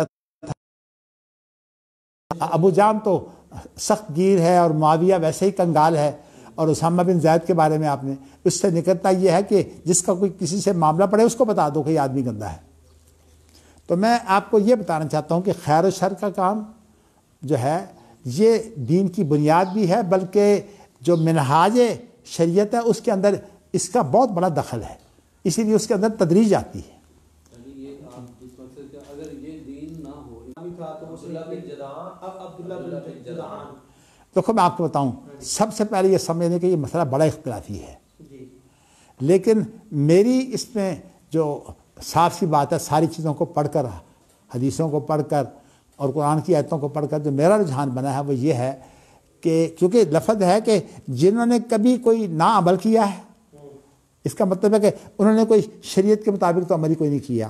ولا خیر قدموا، اب یہ کون لوگ ہیں؟ یہ تو پھر شر ہو گیا تھا. نہیں، میں آپ کو بتاؤں، دیکھیے خیر کا اور حق و باطل کا، وہ حق اور خیر کا جو فرق ہے نا، میں آپ کے سامنے یہی رکھنا چاہتا ہوں. ایسے لوگ موجود ہیں جنہوں نے نیکی کا کام تو کوئی نہیں کیا، یہ نہیں مطلب یہ ہے کہ عبادت کا کام نہیں کیا، لیکن ویسے یہ ہے کہ وہ خیر کا کام کرتے رہے. میں آپ کو حرج کوئی نہیں ہے، میں نے بہت سے لوگ ایسے دیکھے ہیں جن کی طبیعت میں شر نہیں ہوتی، بڑے شریف ہوتے ہیں. بلکہ ہمارے خاندان میں 2 آدمی تھے، بڑے قریب کے رشتے والے تھے، انہوں نے بیچاروں نے کبھی کسی کو تکلیف نہیں پہنچائی، اور ان کا ایک ہی کام تھا، ہر وقت مطالعہ کرتے تھے. تو بہت قریب کا رشتہ میرے سگے ماموں تھے وہ، اور ایک جو تھے وہ میرے خالو تھے جو میرے چھوٹے بھائی کے سسر تھے. وہ نماز بھی نہیں پڑھتے تھے، حتیٰ کہ عید کی نماز بھی نہیں پڑھتے تھے. ذرا نہیں، آپ ذرا سن لیجئے نا. وہ پھر الگ بات ہے کہ اللہ تعالیٰ ایسے لوگوں کو توفیق بھی دے دیتے ہیں کہ انہوں نے کبھی نماز نہیں پڑھی. ایک ہی کام تھا گڈیاں اڑانا. جکی دروازے کے اندر جو ہے وہ بہت جہاں وہیں ہوتے تھے وہ، اور گڈیاں اڑاتے تھے. تو ایسے حالات پیدا ہوئے، تو لیکن پھر اللہ تعالیٰ نے خیر ان پر تو مہربانی کر دی کہ میں ان کو حج کے لیے دے گیا. تو پھر میں نے جب ان کو حج کروایا تو اس کے بعد وہ اتنے نیک ہوئے کہ پھر اس کے بعد انہوں نے داڑھی بھی رکھ لی، اور جو ہے وہ یہ نماز بھی نہیں چھوڑتے تھے. تو اسی طرح میرے ماموں جو ہیں وہ نماز نہیں پڑھتے تھے، اور اس کی وجہ کچھ ان کی زندگی اتنی گھنونی گزری تھی، ان کے ساتھ بے انصافیاں کچھ اتنی ہوئی تھیں کہ ہماری والدہ کہا کرتی تھی کہ ہماری والدہ سے کافی چھوٹے تھے، تو ہماری والدہ کہا کرتی تھی کہ یہ اتنے گورے تھے لیکن ان کا رنگ سیاہ تھا. کہتے ہیں یہ تکلیفوں، اچھا شادی بھی نہیں کی ساری زندگی انہوں نے. تو میں نے ایسے بہت سے لوگ دیکھے ہیں جو بڑے شریف طبع ہوتے ہیں، اچھا خیر کے کام، ہمدردی کے کام بڑے کرتے ہیں. میں اس کی یہ تشریح تو نہیں کرتا کہ انہوں نے کلمہ پڑھا ہوگا کہ نہیں، لیکن اتنی بات ہے کہ جب کلمہ پڑھنے والے تو سارے اللہ کے نبی کی سفارش سے نکل آئیں گے جن کے اندر جو ہے وہ رائی برابر بھی ایمان ہوگا. تو پھر یہ لوگ کون سے ہیں جن کے اندر رائی برابر بھی ایمان نہیں ہے، کلمے کی بات بھی نہیں ہے؟ تو میرا ذہن جاتا ہے کہ اس کو آپ جو ہے وہ اللہ بہتر جانتے ہیں. بس یہ بہتر ہے. بس یہ جو آیت ہے وَقَدِمْنَا إِلَىٰ مَا عَمِلُوا مِنْ عَمَلٍ فَجَعَلْنَاهُ هَبَاءً مَنْثُورًا. جی ہاں، یہ کن لوگوں کے اعمال ہیں؟ یہ ان لوگوں کے اعمال ہیں جو مشرک ہیں. لیکن ایسے لوگ بھی ہوتے ہیں جو مشرک نہیں ہوتے. مثال طور پر میں نے ابھی آپ کو میں نے بتایا میرے ماموں الحمدللہ توحید والے تھے، لیکن ویسے انہوں نے نماز نہیں پڑھتے تھے. اسی طرح جو میرے خالو ہے، میں نے آپ کو بتایا عید جمعہ کی نماز بھی نہیں پڑھتے تھے، نہ جمعہ کی نہ عید کی. تو نہیں، ایمان کی بنیاد ہے، ایمان کی بنیاد ہے، میں آپ کو بتاؤں کلمہ. اگر آپ نے کلمہ نہیں پڑھا تو آپ کتنے، اس لیے کلمے کے بغیر ایمان کی کوئی حیثیت نہیں ہے. اس لیے جہاں کہیں ایمان کی بات آئے گی وہاں لا الہ الا اللہ کا ذکر ہے سفارشوں میں، لیکن جہاں اللہ کی بات ہے وہاں لا الہ کا ذکر نہیں ہے. تو اس لیے میری اس کے بارے میں رائے یہ ہے کہ ان کے بارے میں جب اللہ نے خود نہیں بتایا. اچھا اس کے معاملے اب دیکھیے وہ آدمی جس نے جو ہے وہ کہا تھا کہ مجھے جلا دو, کیا یہ اللہ کا انکار نہیں ہے؟ اللہ کی طاقت کا انکار نہیں ہے کیا؟ کون سا متقی بکی کوئی نہیں تھا, وہ کفن چور تھا, کفن چور.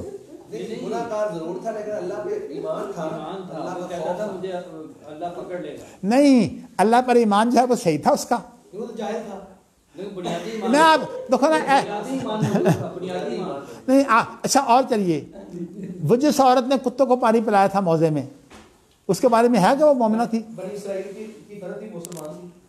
نہیں, میں آپ کو بتاؤں اصل میں ایسے لوگ موجود ہیں کہ ایک عورت جو ہے وہ بلی کو باندھا ہوا تھا اور بلی جو ہے وہ بھوک پیاس سے مر گئی, وہ جہنم میں چلی گئی. اور نہیں, اور وہ عورت جس نے کتے کو پانی پلایا وہ جنت میں چلی گئی. میں آپ کو بتاؤں کہ یہ جو کام ہے نا خیر و شر کا, اصل میں ہمارے مذہبی لوگوں کو یہ سمجھ نہیں آتا. میری اس کے بارے میں یہ صراحت اس لیے نہیں ہے کہ انہوں نے لا الہ الا اللہ پڑھا ہوگا کہ نہیں, اس لیے نہیں ہے کہ حدیث میں اس کی صراحت نہیں ہے. تو میرا یہ ذہن ہے کہ وَلَا تَقْفُ مَا لَيْسَ لَكَ بِهِ عِلْمٌ, جس کا علم نہ ہو اس کے پیچھے آپ نہ لگیں. لیکن آپ اس میں اب اتقاء الرحمان کے اندر جو لوگ شامل ہوں گے نا, یہ جو لفظ ہے نا یہ بڑا زوردار ہے کہ بغیر عمل عملوہ ولا خیر قدموہ. یہ لفظ اتنے زوردار ہے کہ یعنی یہاں نفی کے بعد ہے نا, نفی کے بعد جب نکرہ آتا ہے تو وہ عموم کے لیے نص ہوتا ہے. کوئی عمل ایسا نہیں جس کو آپ کہیں کہ اچھا عمل ہے, اور کوئی عمل ایسا موجود نہیں ہے جس کو آپ بھلا عمل کہیں. تو اس اعتبار سے میں یہاں وَلَا تَقْفُ مَا لَيْسَ لَكَ بِهِ علم کے تحت میرا ذہن ادھر جاتا ہے کہ اس کے اندر وہ لوگ شامل ہو سکتے ہیں جنہوں نے خیر کے کام کیے ہوں گے. تو دیکھیے اللہ کو پوچھنے والا کون ہے, بس بات ختم ہو گئی. جب اللہ سے پوچھنے والا کوئی نہیں ہے, اللہ اگر ساروں کو جہنم میں ڈال دے, سارے پرہیزگاروں کو اللہ سے کو پوچھنے والا ہے, تو جب اللہ سے پوچھنے والا کوئی نہیں ہے اور اللہ نے ایسی مخلوق جو ہے وہ بہت بڑی تعداد میں پیدا کرنی ہے جنہوں نے کبھی کوئی عمل ہی نہیں کیا, اور جنت میں جائیں گے, وہ جنت میں جائیں گے.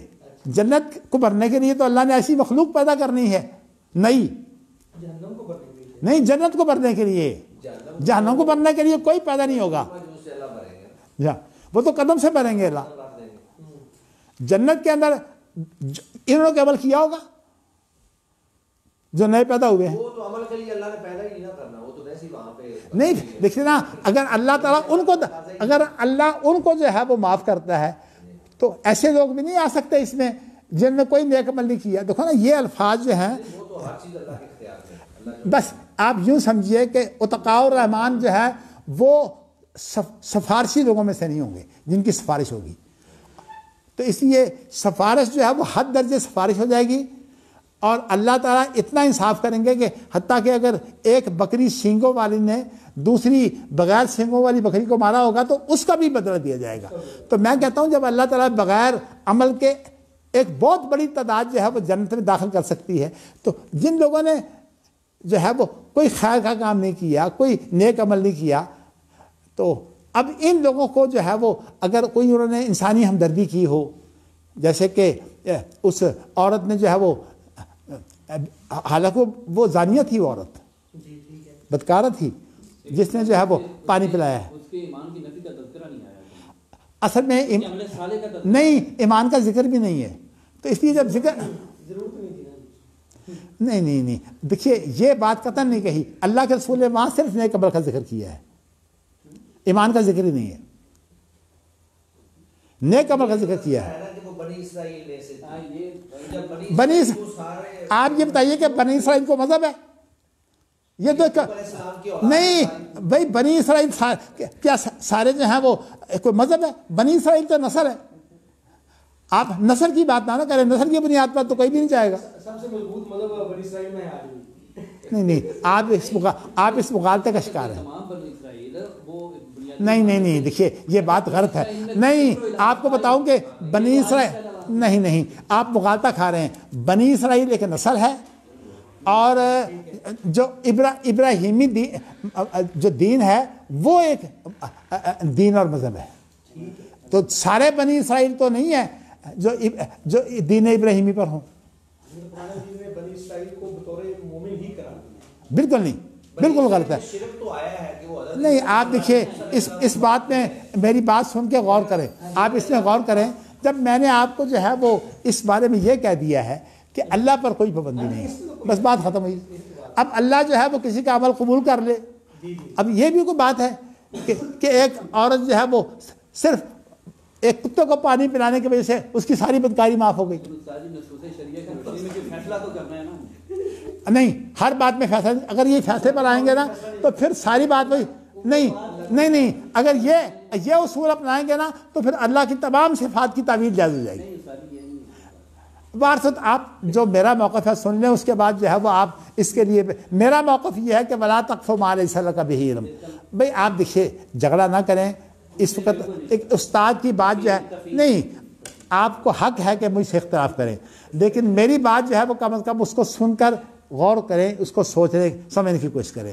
تو ایسے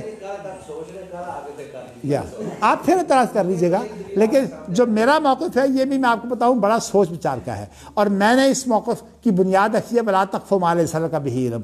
اور ایسے جو حدیث میں واقعات ہیں نا، بدکارہ عورت کو جنت میں جانا، اور اسی طرح اب دیکھیں ایک عورت جو ہے وہ بلی کو باندھنے کی وجہ سے اس عورت کے بارے میں حدیث میں ذکر آتا ہے کہ وہ اچھی عورت تھی. بلی کو جو ہے وہ باندھا اس نے، بلی جو ہے وہ بھوکی پیاسی مر گئی، جہنم میں چلی گئی. یہ سارے جو واقعات ہیں. اسی طرح وہ جو کفن چور کی بات ہے جس نے کہا تھا کہ میری راکھ اڑا دینا، یہ حقیقت میں اگر آپ دیکھیں اللہ کے وصف کا انکار ہے، اور یہ بعد موت کا بھی انکار ہے. تو اس لیے آپ کو یہ بتاؤں کہ یہ بگڑا ہوا، اگر ایمان بھی کہیں تو بہت بگڑا ہوا ایمان ہے، یہ وہ خالص ایمان نہیں ہے. اور آپ کو پتا ہے کہ بگڑا ہوا ایمان جو ہے وہ موت پر نہیں ہوتا.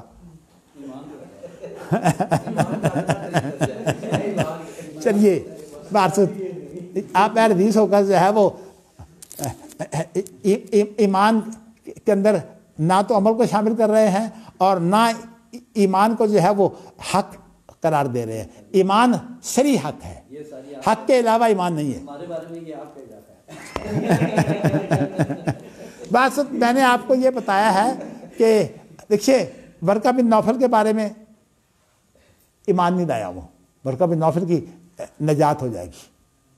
تو اس لیے ضروری نہیں کہ کلمہ ہر ایک نے پڑھا ہو. اسی طرح بعض لوگوں نے کہا ہے، نہیں، اسی طرح بعض لوگوں نے کہا ہے کہ ایسے لوگ قریش میں موجود تھے جنہوں نے شرک نہیں کیا، ایمان بھی نہیں لائی، ان کی نجات ہو جائے گی. نہیں، اللہ کے نبی کے آنے کے بعد، جو نبوت کے اعلان کے بعد تو پھر ایمان لانا ضروری تھا. اگر پہلے نہیں لائے تو اس وقت تو نئی نبوت آئی نہیں. جو بھی بات ہے نا، وہ تو دین ابراہیم نہیں، آپ کو یہ بتاؤں کہ اللہ کو پابند کرنا جو ہے وہ کسی کا کام نہیں ہے. لا یسأل عما یفعل وهم یسألون. اب یہ ہے کہ اگر اللہ کو پابند کرنا ہے تو پہلے اللہ سے کہیں کہ جنت کے لیے نئی مخلوق کیوں پیدا کی ہے. اس دلیل کا اس استدلال کے اوپر اتفاق ہو رہا ہے کہ نہیں ہو رہا؟ مسئلہ یہ آپ دیکھیے، آپ میرا موقف جو ہے نا اس کو سمجھنے کی کوشش کریں، اس کے بعد اس موقف سے آپ بار بار اختلاف کریں، آپ کو حق ہے. لیکن میرا خیال یہ ہے کہ اس وقت ہم بات میں پڑ گئے تو پھر سبق رہ جائے گا. تو اس لیے جو تعلیم تعلم اور جو آداب تعلم اور تعلیم ہے نا، ان کے اندر یہی ہے کہ آپ میرا موقف جو ہے وہ پوری طرح سمجھ لیں. اچھا جی، 2-3 چیزیں ایسی ہیں جو میں سمجھتا ہوں کہ لغوی معنی کے اعتبار سے میں ان کی تشریح کرنا چاہتا ہوں جو کل ہم نے پڑھی تھی. ایک تو یہاں لفظ یہ آیا تھا کہ لفظ یہ ہے کہ مد حضرتن مذلتن، تو آپ کو میں نے بتا دیا تھا کہ اس سے مراد جو ہے وہ پھسلن ہے، جس کو نشیبی پھسلن کہتے ہیں. یہ تو دونوں کا، داز کا معنی بھی پھسلنا ہے اور مذلتن کا معنی بھی پھسلنا ہی ہے. اچھا، خطاطیف وہ جو اچک لیتے ہیں، اور کلاری وہ جو انکڑے ہوتے ہیں ان کو بولتے ہیں. اس کے بعد لفظ ہے حسکتن مفلتحتن. حسکتن جو ہے وہ ایک پودا ہے جس کے اندر کانٹے بہت ہوتے ہیں، اور مفلتحۃ کا لفظ آتا ہے کہ جن جو کانٹے سیدھے نہ ہوں، سیدھے نہ ہوں بلکہ اس طرح مڑے ہوئے کانٹے ہوں. تو اس لیے جو مفلتحۃ اس سے مراد جو ہے وہ مڑے ہوئے کانٹے ہیں، اور حسکۃ کا معنی کہ اس کے اندر بہت کانٹے ہوں گے، یعنی ایسے پودے ہوں گے جن کے اندر کانٹے ہوں. میں نے آپ کو جو ہے وہ کل ایک واقعہ بتایا تھا نا، مولانا عبدالسلام کلانی کی شادی والا. آپ کو کہا تھا روپڑی جو ہے وہ ہم اسی پہ پڑ گئے تھے. وہ تھے پودے ہی جن کے اندر کانٹے تھے. ہم بار بار آئی کرتے تھے، وہ پانی کے اندر تھے، ہمیں پتہ نہیں لگتا تھا. تو اس لیے میں نے ایک تو اس کا یہ دو لفظ آئے تھے. باقی تو ایک لفظ تھا ناجم مخدوشن و مخدوشن فی نار جہنم. مخدوش اس کو بولتے ہیں جس کو زخم ہو، اور مخدوش اس کو بولتے ہیں جس کو رگڑے آئیں. تو مقصد یہ ہے کہ جو کچھ کوئی رگڑے آتی ہے کسی کو، ہے قریب قریب معنی ہی، لیکن میں نے آپ کو وہ بتایا نا کہ آپ کو وہ امام راغب والی جو بات ہے نا، کیونکہ میں تو اس کا حامی ہوں نا جی. تو وہ اگرچہ مولانا عبدالرحمن کیلانی صاحب جو ہے انہوں نے بہت محنت کی ہے، مترادفات قرآن ان کی کوئی معمولی سی کتاب نہیں ہے، لیکن اس کے باوجود انہوں نے مقدمے میں راغب کا موقف اختیار نہیں کیا. تو میرا ویسے انداز جو ہے موقف راغب کا ہے. میں ہمیشہ جب بھی کوئی لفظ اس کا جو بنیادی معنی ہے وہ تلاش کرنے کے بعد پھر اس کے مختلف استعمالات جو ہے ان کو لیتا ہوں، لیکن بنیادی معنی ہمارے والد صاحب کا یہ انداز تھا. ان کا ایک مضمون ہے جو محدث کے غالباً پہلے سال کے شمارے میں چھپا ہوا ہے شغار کے بارے میں. تو انہوں نے کہا ہے کہ شغار کے لفظ کی اصل جو بنیاد ہے وہ ٹانگ اٹھانا ہے. وہ کہتے ہیں کہ یہ کتا جو ہے جب پیشاب کرتا ہے جب جوان ہو جاتا ہے، بچے نہیں، جب یہ جوان ہو جاتا ہے تو یہ ٹانگ اٹھا کر پیشاب کرتا ہے. تو کہتے ہیں اس کو بولتے ہیں شغار. تو وہ کہتے ہیں کہ اصل میں شغار ہوتا ہی یہ ہے کہ جو دو آدمی جو ہے وہ آپس میں یہ معاہدہ کرتے ہیں کہ تو میری عزیزہ سے صحبت کر، اور جو ہے اس طرح وہ اس کی عزیزہ سے صحبت کرتا ہے. اور آپ میں سے کہتے شادی شدہ کم ہوں گے، لیکن پھر بھی بات بتانے میں حرج کوئی نہیں ہے کہ عورت کے ساتھ جو صحبت ہوتی ہے وہ ٹانگ اٹھائی بغیر نہیں ہوتی. بس شادی شدہ سمجھ گئے ہیں، چلیے باقی کو بھی اللہ تعالیٰ جو ہے وہ سمجھ دے دے، لیکن ویسے کہیں ایسا نہ ہو کہ وہ اسی وقت تجربہ شروع کر دے. ہاں یہ بھی خطرناک بات ہے.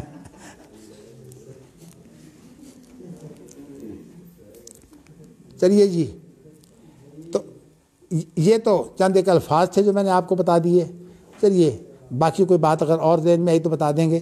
تو آج آپ نے جو مجھے یاد کرایا تھا نا، اس کی بنا پر جو ہے وہ میں نے حق و باطل اور خیر و شر کا جو تصور ہے نا اس کو واضح کیا ہے کہ اس سے ہمیں یوں نظر آتا ہے کہ اسلام جو ہے وہ انسانیت کا دین ہے.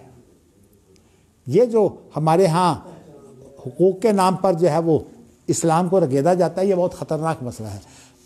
بلکہ ہاں اسلام کا جو تصور ہے نا وہ یہ ہے کہ حقوق جو ہے وہ فرضوں کی بنیاد پر پیدا ہوتے ہیں. یعنی حقوق پیدا ہی نہیں ہوتے فرض کے بغیر، ذمہ داری کے بغیر حقوق پیدا ہی نہیں ہوتے. تو جتنی ذمہ داری ہوگی اتنے ہی حقوق ہوں گے. تو اس لیے ذمہ داری کی بنیاد پر جو ہے وہ حقوق پیدا ہوتے ہیں. لیکن جو اس وقت مغرب کا سپر قوتوں کا جو موقف ہے، مغرب میں اسی بات کرتا ہوں کہ چین اور روس کے اندر تو حقوق کا تصور ہی نہیں ہے نا، وہاں تو جبر ہی جبر ہے. لیکن یہ جو مغرب جو جمہوریت کا دعوے دار ہے اور انسانی حقوق کا دعوے دار ہے، ان کے ہاں جو ہے وہ یہ جو تصور ہے نا انسانی حقوق کا، یہ حقیقت یہ ہے کہ یہ ادھورا تصور ہے. اس لیے جب میں نے 1996 کی بات ہے غالباً، میں نے انسانی حقوق پر جو ہے وہ ایک ادارہ بنایا تھا، اور اس وقت جو ہے وہ میں نے اس کا کام بھی کیا. کافی ہم شہروں میں گئے. میرے ساتھ یہ سعید انصاری جو مسلم لیگ کے اہم لوگوں میں سے ہیں، ان کا جو سالہ ہے وہ عثمان انصاری جو ہے وہ عموماً وزیر ہوتا ہے صوبائی حکومتوں میں. اب بھی میرے خیال میں وہ ممبر ہے، اب وزیر تو خیر نہیں ہے. تو یہ سعید انصاری تو یہ میرے ساتھ ہوتے تھے، اور ہم نے زاہد انصاری کو بھی، زاہد راشدی کو بھی ساتھ لیا، گجرانوالہ میں ہم نے بہت بڑا کنونشن کیا، پھر فیصل آباد میں ہم نے بہت بڑا کنونشن کیا، اور اس کے اندر ہم نے بتایا کہ یہ جو انسانی حقوق کا جو مغرب کا نعرہ ہے یہ سارا فراڈ ہے، اصل میں حقوق کا جو نعرہ ہے یہ لڑانے کے لیے ہے۔ اسلام کے اندر جس کو آپ کہتے ہیں نا اپنا جن سے مخالف، وہ اصل میں جن سے مخالف نہیں ہے، وہ صنف نازک ہے۔ یہ ہم نے دو لفظ کو بہت اختیار کیا تھا، ایک ہوتی ہے جن سے مخالف اور ایک ہے صنف نازک۔ صنف نازک کے اندر تو ہمدردی پائی جاتی ہے، اور جن سے مخالف کے اندر دشمنی پائی جاتی ہے۔ بھئی مخالف ہے اس لیے جھگڑا تو لازمن ہوگا، تو بیوی کو جو ہے وہ آپ جن سے مخالف نہ کہیے، ان کو صنف نازک کہیے۔ تو اس لیے ہم نے اس چیز کا پھر بڑا ہی جو ہے وہ پراپوگنڈا کیا تھا، لیکن پھر اتفاق سے میرے کو دورے باہر کے ہوتے تھے، اس لیے پھر میں اس کو جاری نہ رکھ سکا۔ لیکن ویسے وہ اس کے لیے ہم نے وہ جنرل راحت لطیف صاحب جن کا انتقال ہو گیا پیچھے، ان کو ہم نے ان کا ہیڈ بنایا ہوا تھا کہ آپ کام کریں، اس لیے کہ ان کی بیوی ماشاءاللہ ایسے بہت کام کرتی تھی۔ وہ اسلامک ویلفیئر ٹرسٹ کی جو ہے وہ نائب صدر تھی، تو اس نے بڑے کام کیے، بلکہ اس نے اپنے گھر کے اندر الہدا کی شاخ کھولی ہوئی ہے، آج تک وہ الہدا کی شاخ چل رہی ہے۔ تو اسی طرح جو ہے وہ اور بھی لوگوں نے بڑے کام کیے ہیں، خاص طور پر یہ چودھری شجاعت کی جو بیگم ہے کوثر شجاعت، اس کے بھی بڑے کام ہیں رفائی۔ اور اسی طرح آج کل وہ ایک صاحب ہیں انوار غنی، یہ غنی گلاس والے، بہت ویسے پیسے والے آدمی ہیں، انہوں نے اسپتال بھی بنوائے ہیں کراچی میں، تو آج کل یہ ہمارے ساتھ بڑا تعاون کر رہے ہیں انوار غنی صاحب۔ ان کی بیگم جو ہے وہ بھی بہت زیادہ جو ہے وہ کام کرتی ہے خیراتی۔ میرا کہنے کا مقصد ہے جی عورتیں ویسی بڑی مذہبی ہوتی ہیں نہیں، لیکن وہ تو اپنے خامد کو بھی جو ہے وہ اس نے مذہبی بنا دیا۔ ان کے خامد کم نہیں ہیں، ان کے خامد نے جو ہے وہ کراچی کے اندر یہ جو ڈائلسس سینٹر ہے نا وہ بنایا ہے، اور یہ بڑا مہنگا بنتا ہے، جس کے اندر گردوں کی صفائی کے لیے جو ہے وہ ڈائلسس ہوتا ہے۔ تو میں آپ کو بتاؤں کہ ایسے اگر آپ جو ہے وہ خیر کا کام کرنے والوں کو دیکھیں گے نا، تو پھر شاید دیکھیے اللہ سے امید ہے، باقی دلیل کوئی نہیں ہے۔ میں آپ کو بتاؤں کوئی ایسی دلیل موجود نہیں ہے کہ لا الہ الا اللہ کے بغیر ہوگا، لیکن لا الہ الا اللہ کا ذکر بھی نہیں ہے، اور جہاں ذکر نہ ہو، عدم ذکر بھی تو جو ہے وہ ایک اہم چیز ہے نا۔ ہاں جی، عدم ذکر بھی ایک اہم چیز ہے۔ بلا تقف ما لیس لک بہ علم کا تعلق بھی اسی کے ساتھ ہے۔ اس لیے میں نے یہاں حق و باطل کی آیت نہیں پڑھی، یہاں میں نے وہ آیت پڑھی ہے کہ جہاں علم نہ ہو وہاں جو ہے وہ آپ کہیں کہ بھئی اللہ کی مرضی، ہم یہ کہہ سکتے ہیں اللہ کی مرضی، اللہ جس کو چاہے دے دیں، لیکن اس کا انکار نہ کریں، یعنی اللہ کو پابند نہ کریں۔ ویسے میں نے مولوی وحید الزمان کو دیکھا ہے ماشاءاللہ کہ وہ جگہ جگہ جو ہے وہ بہت سے ایسے کلمے کہے جاتے ہیں، وہ کہتے ہیں کہ جب ذکر نہیں ہے تو پھر نہ ہم ادھر ہے نہ ہم ادھر ہے۔ بلکہ میں نے دیکھا کہ مولانا ثناء اللہ امرتسری جو ہیں ان کے اندر یہ بات نہیں ہے، لیکن مولوی وحید الزمان کے اندر یہ بات اس لیے آئی ہے کہ نواب صدیق حسن نے جتنا بھی عقیدہ لیا وہ امام شوکانی سے لیا ہے، اس لیے کہ امام شوکانی کے جو شاگرد تھے نا حسین بن محسن انصاری، وہ ان کے استاد ہیں نواب صدیق حسن کے۔ میں بتا دوں بات، نواب صدیق حسن کے اندر جو ہے وہ سلفی عقیدے کا بڑا اہتمام ہے، حتیٰ کہ انہوں نے جو ہے وہ عقیدے کے اوپر جو باتیں کی ہیں، اگرچہ تصوف میں وہ نقشبندی بھی تھے، تو اس لیے وحید الزمان بھی تصوف کے اندر تو موجود ہے، لیکن ویسے غزنوی خاندان کی طرح سلفی عقائد میں کافی مضبوط ہیں۔ یہ تو میں نہیں کہتا، کئی جگہ پر ان سے غلطیاں ہوئی ہیں، لیکن نہ پڑھنے کے باوجود ہندوستان کے علماء نے تو سلفی عقائد پڑھے نہیں ہوئے، تو اس لیے ان کو جو ہے وہ ایک جیسے کہ وہ صفی الرحمن مبارک پوری نے مولانا ثناء اللہ صاحب کا دفاع کرتے ہوئے کہا ہے کہ ان کو کیسے جو ہے وہ آپ داغدار کرتے ہیں، انہوں نے جو کچھ پڑھا وہ دیوبند میں پڑھا، اور دیوبند میں سلفی عقیدہ ہے ہی نہیں، وہاں تو اشعری ماتریدی عقیدہ ہے۔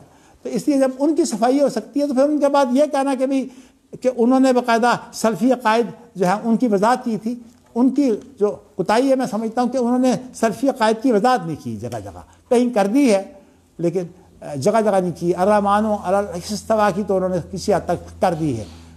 تو اس لیے کہ یہ جو ان پر اعتراضات ہوئے تھے نا اربعین غزنوی میں، اس میں یہ استواء والا مسئلہ نہیں تھا، اس لیے اس کی صفائی انہوں نے کر دی ہے۔ لیکن باقی جو جگہ جگہ معجزات کا مسئلہ ہے، اور اسی طرح ید ساک، اس طرح کے جتنے مسائل ہیں ان کے اندر انہوں نے وہی موقف اختیار کیا ہے جو اشارہ ماتریدیہ کا ہے۔ تو اس لیے علم کی حد تک جو ہے وہ بات سامنے رکھنی چاہیے۔ اگر میں نہیں بیان کروں گا تو آپ یہ بھی نہیں سمجھ سکتے کہ کیا ہمیں عقائد کے اندر مولانا ثناء اللہ صاحب ہمارے کتنے بڑے رہنما ہیں. تو اس لیے ہمارے ہاں جو اہل حدیث ہیں وہ صرف تقلید نہ کرنے کی وجہ سے اہل حدیث ہے، لیکن خود جب ان کو دیکھو تو ایک ایک مسئلے کے اندر اتنی گہری تقلید کرتے ہیں کہ کفر اسلام کو مسئلہ پیدا کر دیتے ہیں. مفتی زیادہ ہیں، اور حالانکہ مقلد مفتی نہیں ہوتا، یہ مفتی زیادہ ہے، تحقیق کم ہے. تو اللہ تعالیٰ ہمیں ہدایت دے. ساری تاریخ میں بنی اسرائیل کے اندر کفر مطلق کا کوئی اثبات ہوتا ہے؟ بہت ہوتا ہے، بڑا ہوتا ہے، بڑا ہے ان کے اندر بڑے بڑے. کفر مطلق میں آپ کو بتاؤں، کفر مطلق کا بھی